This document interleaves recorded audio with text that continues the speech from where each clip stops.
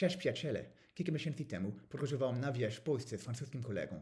Oczywiście, jak możecie usłyszeć, jest mój polski niestety daleki od doskonałości, ale ten kolega, on w ogóle nie mówi po polsku. W każdym razie, podczas jednej z naszych wieczornych wypraw zobaczyliśmy piękną Polkę. Mój kolega szybko się w niej zakochał i postanowił z nią flirtować, więc podeszliśmy do niej i zazwyczaj, kiedy ten kolega mówi po francusku, jest trochę podrywaczem, a nie zawsze jest to dobra strategia. Więc kiedy poprosił mnie o pomoc w podrywaniu i tłumaczeniu swoich uczuć, byłem szczęśliwy, że mogłem pomóc. Nie tylko po to, żeby ona mogła zrozumieć niuanse jego słów, ale także, żeby pomóc uniknąć jakichkolwiek gaf z jego strony. A początkowo była dziewczyna nieśmiała, ale rozmowa przebiegła dobrze.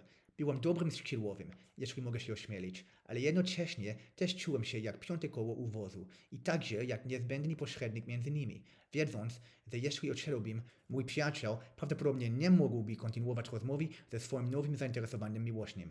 Tak, to prawda. Ja tłumacz i pośrednik. I oczywiście cała ta sytuacja skłoniła mnie do przemyśleń na temat słowa tłumacz i jakie to jest interesujące słowa. Więc postanowiłam przeprowadzić trochę badań na ten temat. I okazuje się, że bycie tłumaczem nie tylko sprawia, że czujesz się jak pośrednik, ale dosłownie takie znaczenie miało to słowo w przeszłości. Chociaż dokładnie źródło słów jest wciąż kwestia sporna, według wielu badaczy wydaje się, że słowo tłumacz ma swoje początki 3000 lat temu u plemienia Mitani, którzy używały słowo talami, aby oznaczać pośrednika ułatwiającego komunikację między dwiema stronami.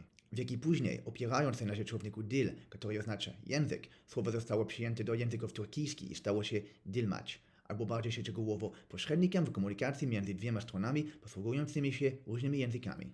A potem podczas ekspansji osmańskiej na zachód w Europie w średniowieczu słowo stopniowo było przejmowane przez wiele języków europejskich, w tym przez węgierski ze słowem tolmacz, niemiecki ze słowem dolmetscher i oczywiście przez polski ze słowem tłumacz. W tych innych językach czasowniki oznaczające tłumaczyć, na przykład niemiecki dolmetschen albo węgierski tolmaczol, przekazują znaczenie tłumaczyć przeważnie w odniesieniu pośrednictwa między różnymi językami.